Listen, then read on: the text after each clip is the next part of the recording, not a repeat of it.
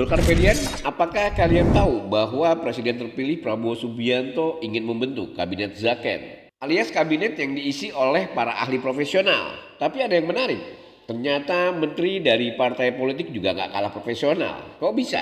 Jadi gini, Kabinet Zaken itu adalah kabinet yang diisi oleh para ahli di bidangnya masing-masing. Keren kan? Nah, beberapa waktu lalu Prabowo melalui Ahmad Muzani, Sekjen Partai Gerindra, menyampaikan keinginannya untuk punya kabinet Zaken saat pemerintahannya nanti.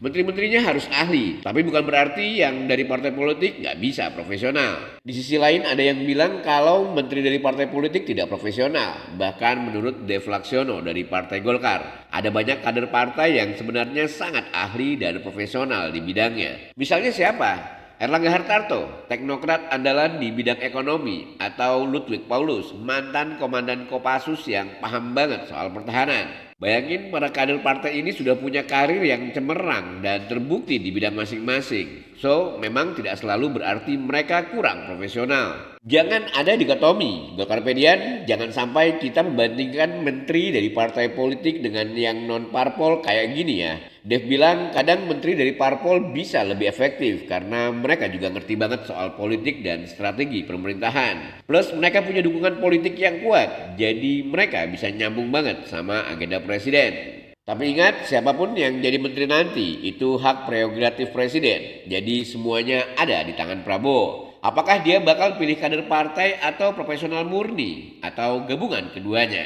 Nah, menurut kalian Golkarpedian sendiri gimana?